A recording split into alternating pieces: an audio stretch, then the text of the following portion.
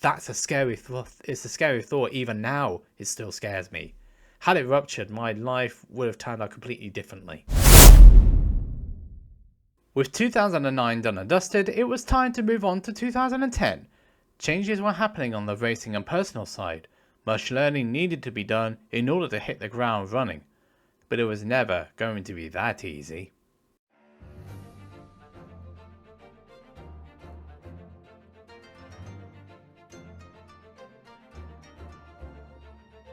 The change of regulations in the TKM category resulted in chassis being opened up. 50mm axles, wider carts and grippier tyres. That meant that non-TKM manufactured karts were allowed to be raced. They needed to be completely neutral, and if you chose the option of running a front bar, it needed to be welded in with no adjustments. Some drivers did experiment with this at the beginning of the year, but not many stuck with it when the running order became clear. It was an expensive off-season. In fact, the only thing that didn't change were my engine and mechanic Lewis. If you'd like to know the story behind that, it's covered in the last video, link in the top right hand corner, which is that way over there. The driver-mechanic relationship is vital to the success of both, and he was the one I got on with the most. Both of us having a shared interest in fitness and Sasuke, a Japanese obstacle course show. I was the serious one and him being the joker. It worked because we could play off each other. The next couple of years would test that theory as a new dynamic was being introduced regarding ladies, whether it would be siblings or drivers. The latter is going to be the one to watch out for. My lack of understanding of relationships between men and women did get me annoyed during the off season, as whenever I jumped on Facebook, endless mirror selfies, kissing. Yeah, you get the idea. We were all young at one point, it just got excessive. It stopped in February just in time for Whilton and the start of the season, which was fortunate. Chaos Sport was expanding in 2010, with them entering the Rotex classes full time, with last year's Junior TKM champion leading the way. This was after a dipping a toe in the water experience in Minimax the previous year. That change has stayed with them ever since. It was a business decision, because that's where karting was going, and it made sense to follow the trend. I was going into the first event a bit blind, as I had only seen the changes rather than driven them. I didn't test on Wednesday before the event, unlike the last 2 years, as there wasn't availability on either side to do so. Saturday was wet, which didn't help me because I needed dry running to get used to the tyre. I was fine in the wet after my success in November. The concern was justified. The last session was dry, and on my second or third lap, I don't remember which one, I ran too high on the exit curb at Ashby, slipped off the track, and I hit a muddy puddle. Soaked head to toe. I looked like Peppa Pig. Got it back to the pits, but couldn't see a thing. Fortunately, I was able to see the funny side of it. The me of 3 years ago wouldn't have taken it so well. That's a bit of character development there. They were my spare overalls and they were out of the event as they needed to have a few times in the washing machine and a few times in the dryer to get themselves back up and ready again. The Ashby curb, if you go too far wide, it will spit you off. That's how that happened. We move on. Sunday started wet once more, with it being dry for the final. Ish. Won my first heat from the front without issue. Wasn't the fastest out there, but it didn't matter. Still won the heat. Started at the back in the second heat. I did initially struggle to get through the pack, but eventually managed it. But only 8th. Started in the mid pack for the third heat, kept my nose clean, chose my battles well, and got 5th for it. There were some good clean battles in that too, which was nice to see. That, along with my win in the first heat and 8th in the second, will put me second on the grid for the final, behind the reigning British champion, David. He had won 2 heats and I believe he was 5th for another, but I need to look it up properly. The track conditions were a nightmare. It was predominantly dry, but was also greasy, which are the worst conditions to have. Greasy is the in-between a wet and a dry track. You don't know which way is the way to go. But because the track was predominantly dry, as already mentioned, slicks was the only decision made.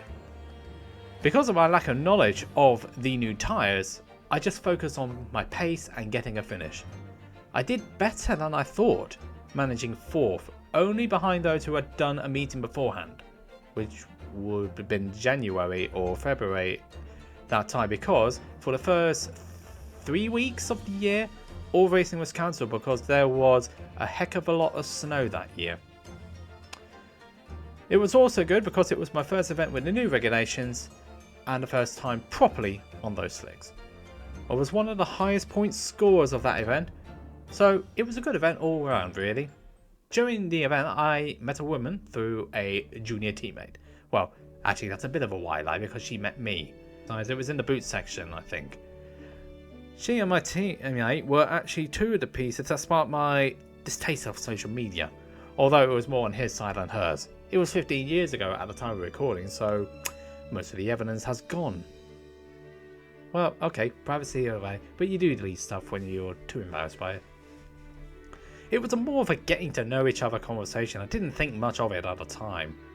My caution was kicking in because it rarely happened to me and that anybody would speak to me aside from team members, but yeah, okay. I was a bit cautious, and that part of me still remains with me. It's perhaps better to be like that nowadays, knowing everything that's gone on and everything that happens. Maybe I did something right. Normally I don't expect too much through Facebook Messenger, which was the thing at the time.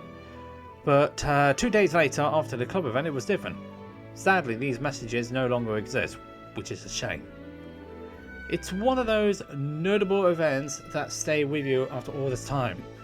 The same one messaged me, and the rest, as I say, is history. Alright JJ, I know this is going to be a little bit embarrassing for you, but it'd be a good idea that you tell the audience exactly what happened. I mean, come on now, it's a crush. You didn't think of it much of it at the time, but it would be a good idea for you to say something about it. Alright, fine, I'll do it. I do it, alright? Yes, I know it's going to be embarrassing for me, but is it better for me to say it? Well, it's going to have to be, hasn't it? Well, either way, I'm going to have to say it one way or another. The audience are going to find out one way or another, aren't they? Yes, thanks for shoving me in there, guys. Really, I do appreciate it quite a bit. Anyway, no, another lass named Sophie. She was racing a junior TKM, and it was her last season in the class. The interest started much earlier, around 2006-2007 time when I first saw her race. It was an unusual experience for me because it hadn't happened before. Admittedly, it felt awkward. But we got along with each other immediately, which was a happy surprise. This would set up a few events down the line, including the ribbing I got from Lewis when he found out about it. Yeah, this is going to get worse. March was a true indication of where I was. Mechanical issues, which included an engine seizure, and going too high on the weight because I thought it was a good idea to not pay attention to where the nose cone was supposed to be facing. Yeah, good idea. Not, because I ended up about 3 to 5 kilograms heavier than I should have been. Which doesn't help. And then poor driving in the final put the tin hat on it. It was one of those weekends where not much went right, unfortunately. It be like that sometimes. I was back on form in April. The meeting though was a missed opportunity. As the pace was there, it didn't show in the results. In the final, someone thought it was a good idea to drive onto my line in the braking zone, Max Verstappen-esque, which delayed me further. Not a good event. Still, could be worse. Oh, I forgot to tell you that there's a fun fact with that April meeting. Mark Webber from Red Bull Racing came and watched the racing, which was great to see. He'd been in China the previous weekend for the Chinese Grand Prix. It's a bit of a shame I didn't get a photo because my opinions of him at the time were different to what they are now. The Pixelera website has 2 of them on there. It did happen. Link in description. The May meeting almost ended me. I had a bad crash in the second session of practice where I went over the side of another car, did a complete 360 degree in the air, then landed awkwardly on my left shoulder. Went like that. I was in considerable pain. Tried to do another lap, but going through a crook, I couldn't physically hold on to the steering wheel. Got it back to the pits and had to go straight to the medic as I couldn't move my left arm at all. Spent the rest of the afternoon in Northampton General Hospital. I returned on Sunday to race, which in hindsight was a mistake. There was a championship on the line and I was just slow due to my injury. Still got some points, but I was still in a huge amount of pain and it hadn't healed. it still hadn't healed a week later. It wasn't until I went to the osteopath the following weekend that the severity of my injury became clear. It was a trapped nerve down here, which meant I couldn't move my arm very well at all. And I was told I was lucky that it hadn't ruptured. Had it ruptured, it would have been months or years of recovery, and even then that isn't guaranteed to be full. It would have been the end of my career, and that's a scary thought. It's a scary thought. Even now it still scares me. Had it ruptured, my life would have turned out completely differently. Yeah, still, the thought about it is still scary. It still scares me to this day. Messaged Sophie after she asked me how my day went, and that's when I told her about my injury. She was upset and concerned by it, but was ultimately relieved when I was alright, all things considered. She then had her own injury 3 weeks later at the Super 1 round at Shennington. Something to do with her ribs, if I remember correctly. There is a video on it about what happened, which I'm not linking here. I will do a separate video for that later. Considering the regulations that made the carts faster, it would not be a fun experience. 2 weeks later, I was back in the seat and lacking fitness. It fortunately didn't show and had one of my better events. I hadn't been able to do anything between that club meeting, getting my shoulders sorted out, and then going into the June event. So 4 weeks had passed with very little activity. I wasn't even able to get any fitness back in the shoulders. Fortunately, I was having to carry on my previous fitness to get me through the meeting, which is fortunate. Sophie podiumed at Super 1 at Larkhall a week later, which made me proud. And after hearing what happened to her at Shennington, it made me even more proud. The Brazilian Cup was next, and it was a disaster of my own making. I went the wrong way on the setup, which had a weight increase. It used to be the lower weight limit was a blue restrictor, which reduced the power to 80%, and 144 kilograms, which was 8 kilograms lighter than the no restrictor rate. That weight limit got increased by 2 kilograms around about the June meeting, and so it affected the pace. As a result of that, I was chasing the pace instead of setting it. I overdrove and got involved in too many incidents. The only saving grace for the event was that my championship rival at the time had it worse with a final exclusion.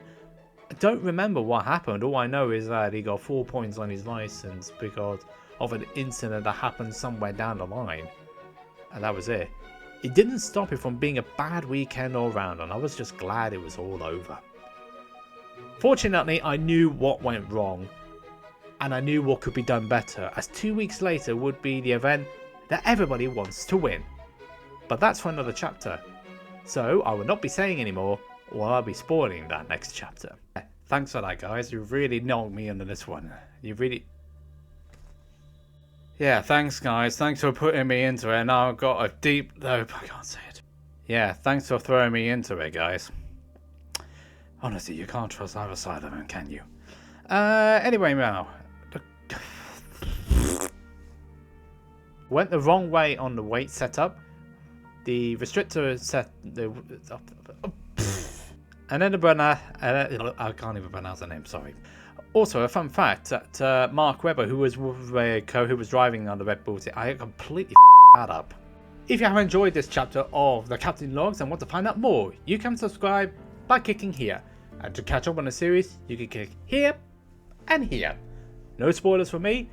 The 2010 TKM Festival awaits.